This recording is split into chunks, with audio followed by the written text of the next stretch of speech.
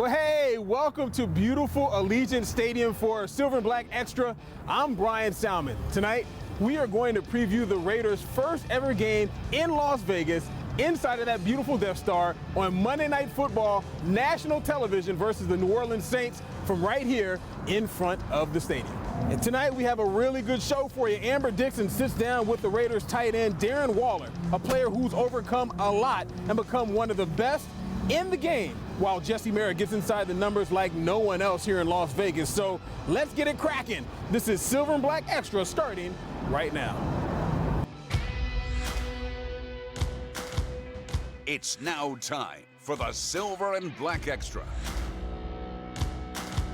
All right, Monday marks a historic night for the Raiders. Yes, the Las Vegas Raiders, as they will unveil this beautiful Allegiant Stadium to the entire football world versus the New Orleans Saints. And you can bet that nobody is happier, more excited than the Silver and Black. Welcome to the Death Star, where our opponent's dreams come to die. My father always said that the greatness of the Raiders is in its future. Well, today that future truly starts. Well, owner Mark Davis understandably pumped when he unveiled Allegiant Stadium to his team. The players, mouths open, in awe, inside for the very first time, were impressed. And Monday, it'll be the Saints, along with the rest of the world, witnessing Allegiant Stadium, the Death Star, for the very first time. It means a lot, not only to us, but to the fans here in this community, and everybody watching and supporting us. Obviously, we want to get a win, especially being our first time in this stadium and everything like that. So it's going to be huge. It's really exciting. I think, anytime you get to open up a new stadium, there's a lot of excitement, buzz. I think in this case, being in a new city, for the franchise coming here, probably even more so. I think it's magnified a little bit because you feel like you're galvanizing an entire city. Hey, does it get any better than this? It's a historic game, the debut, in an iconic city, Las Vegas, Nevada, with an exemplary franchise, the Raiders, and a celebrated tradition, Monday Night Football. That was all my favorite thing, the music, the traditional Monday Night Football theme. I fought that at ESPN. I don't need all this new guitars and all these new beepers or whatever they're putting on. I like the old Monday Night Football anthem to highlights with Howard Cosell doing them. That was my Monday night I look forward to. That's what I remember the most. That music, that dun dun dun dun, you know what time it is. I'm gonna eat dinner, and hopefully my mom already cooked something, and I'm gonna be able to sit there and enjoy it with my family and watch the game. That's definitely dope. That everybody's going to be watching you that night. Probably the only couple games on that night, and then, you're the show. So it's going to be fun to just come in there and fight adversity and just see how it works.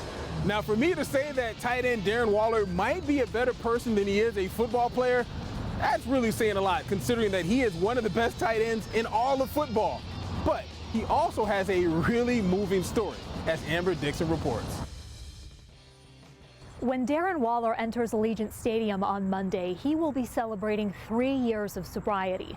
It was during his time with the Baltimore Ravens that he was suspended twice for violating the NFL substance abuse policy. One of those suspensions was for a full year and without pay in 2017. That's when Waller says the league paid for him to enter rehab. And now the Raiders tight end is working so that addicted youth can have the same access. 3 years sober, congratulations. Thank you. I really appreciate that. Did you worry about coming to Las Vegas with a nickname like Sin City?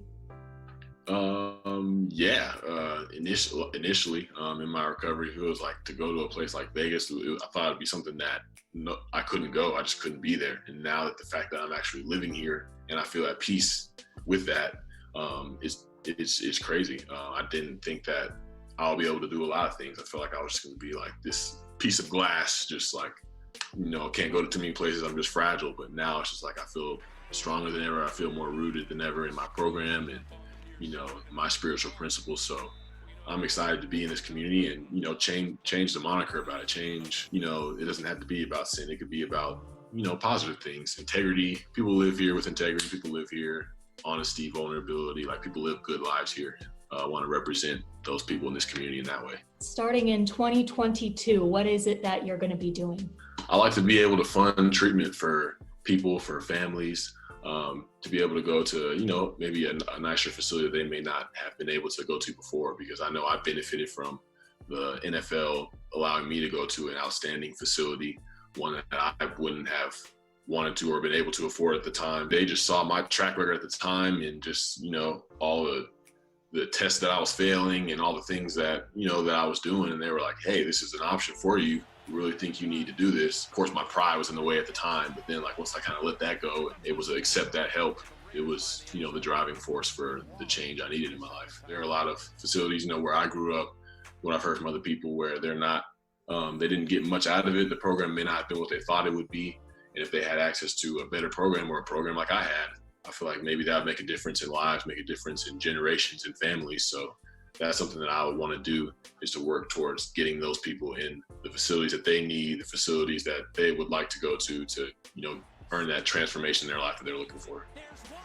Coming off a successful 2019 campaign, Waller signed a 3-year contract extension with the Raiders through the 2023 season. More from that interview is ahead on Sports Night at 11:30. But right now, we go to Jesse Merrick, who's diving deep into Monday's matchup. Yeah, Amber, no doubt there's a ton of layers to this one, and we look at the Saints, it's no longer a situation where the defense is just trying to keep up with the offense. Former Raiders coach turned Saints defensive coordinator Dennis Allen has a legit group on that side of the ball with playmakers from top to bottom. Well, they have a great scheme, number one. Like I said, Dennis Allen does a great job. They got corner blitzes, double corner blitzes. They got a 3-down package where they cover everybody up. They got every coverage known to man. They have excellent perimeter defenders. So when you do pick up a blitz, you're throwing at Lattimore, Janoris Jenkins. Something Tom Brady learned the hard way last week. On 2nd and 15, this one's picked. Back the other way for the touchdown. It's Janoris Jenkins. On defense, they're hard to get a yard on. You know, we just saw a 6-time Super Bowl champ go into the Superdome, and it's a tough place to play against a tough team. You can say that again. Each of the last 2 seasons, the Saints have ranked in the top 5 in the league in sacks and rushing defense. In fact, they haven't allowed a 100-yard rusher in 44 straight games. Something Josh Jacobs and company coming to this game hoping to change, but unlike years past, they don't have to rely solely on that run game. They've got some dudes in the receiving corps that can really take the lid off of a defense now. Carr with time, throwing wide open over the middle. It is caught. That is Henry Ruggs, the third, and he's bounced out of bounds inside the 1-yard line. On the flip side, the Raiders are tasked with stopping future Hall of Famer Drew Brees and a Saints offense that was 4th in the league in total offense last year. Drew Brees is a Hall of Famer, and you know what to expect with that. He's going to get the ball quick. He's going to check down. They're going to have a screen game. They're going to have some shot passes. And so overall, you know, just preparation, having our eyes in the right places, reading our keys. Those are the type of things that are going to allow us to win this game. Now, they will be without star receiver Michael Thomas due to a high ankle sprain, but they've still got plenty of horses in the stable to pick up the slack. Here is Kamara. He's got his second. So that's the thing about the Saints. You know, they got guys like Taysom Hill, Alvin Kamara. They could run the ball, pass the ball, catch the ball. They could do, you know, a ton of things. So, you know, you're not just expecting one thing from them. So, you know, the main thing for us is do our job, play hard, and make plays. Yeah, no doubt about it. The defense has to make plays and really come away with a turnover or two, an area that they've come up short in over the years. And again, if they do that, it'll go a long way in helping them get a win over this tough Saints team. And look, if there's anybody in our department that knows what the Saints bring to the table, it's Bryan Salmond, because he used to work out in NOLA, and he's got a preview from an insider's perspective about what the Saints bring to the table. All right, Jesse, you know that I love NOLA. Probably the second best place that I've lived next to Las Vegas, and my waistline probably loved it just a little bit too much. Anyway, I digress. You know, I also had to kind of dig into my contacts to reach out to a Saints insider to get the goods on the black and gold for Monday night's big matchup. Mike Detelier, my guy, man, it's good to talk to you. First thing I have to ask is, how about the Saints coming up to Las Vegas? How mad is Who Dat Nation, the media, just folks that they can't come to Las Vegas to actually attend this game? Well, it hasn't stopped the fans from going. Come on, you know, they can watch the game from TV. No, but a trip to Vegas, man, listen, it's a road trip for the Who Dat Nation. They're going to have a lot of people in Las Vegas. I do know one thing. I got neighbors of mine that trip wasn't canceled. They headed that way. So they're fixing to lose a few dollars here and there at the casino, but they'll be fine. They've got Carr, they've got John Gruden. They picked up a couple of guys from Alabama whom you've seen play against LSU, and HR3 Henry Ruggs III and Josh Jacobs. What do you think about the Silver and Black as a team? I do know one thing, man. Josh Jacobs, he's a star player in the National Football League. And eventually, Henry Ruggs will be to this team what Cliff Branch was to the Raiders in the 70s. Man, I've seen way too much of Henry Ruggs play at Alabama. He's a big play athlete. Brian Edwards is an outstanding young receiver, but they still have some pieces of the puzzle here. My man Mike Detelier from down in the Bayou. Thank you for joining me, man. I appreciate it, Mike. Thank you, Brian. I appreciate it. Great to see you. All right, let's go from the Bayou to the sports book as Amber Dixon catches us up on how the Raiders are looking on all the numbers going into Week 2 versus a very good New Orleans Saints squad. Unlike Week 1, the Raiders enter Monday's matchup against the Saints as underdogs. And according to Vinny Magliulo of the South Point and VSiN, the Raiders' home opener is on pace to be one of the most bet-on games of Week 2. This will be one of, if not the highest wagered game for a variety of reasons. Obviously, it's the Raiders, right? And the Raiders have always been very popular here in Las Vegas. But again, now with the official home opener of our very own team, that's going to add to it as well. But it's also the Monday night game, standalone game. And the Monday night game typically is one of the highest handled games of the week. All right, so you opened at 5.5. It was bet all the way up to 6. Was that sharp money that did that or public money? As high as 6.5. And initially it was, that was more public money, I think, given the fact that the Saints, are a high scoring team.